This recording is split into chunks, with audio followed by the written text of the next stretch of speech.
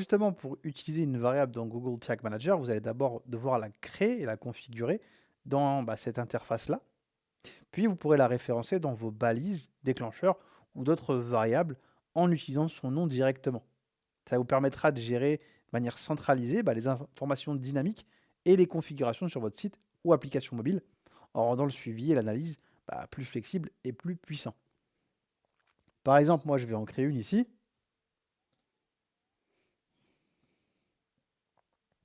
Alors, je pourrais dire quoi? Je pourrais dire que c'est une valeur constante, d'accord? C'est une donnée fournie par l'utilisateur. Je pourrais faire un petit peu ce que je veux. Je pourrais même dire que c'est un paramètre Google Analytics. Et moi, je vais par exemple créer ici un idée de suivi.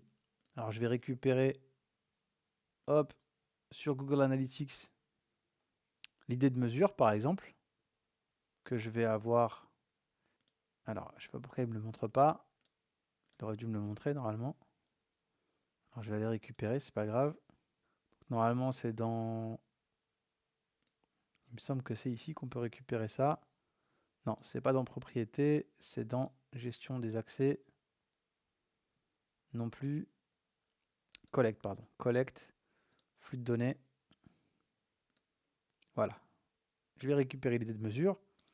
Et je pourrais créer ici un idée de suivi. Donc ça va correspondre tout simplement en fait à l'idée de mesure que j'ai mis en place sur Google Analytics. Et je pourrais utiliser cette variable-là en l'appelant par exemple Google Analytics, ou plutôt Analytics ID.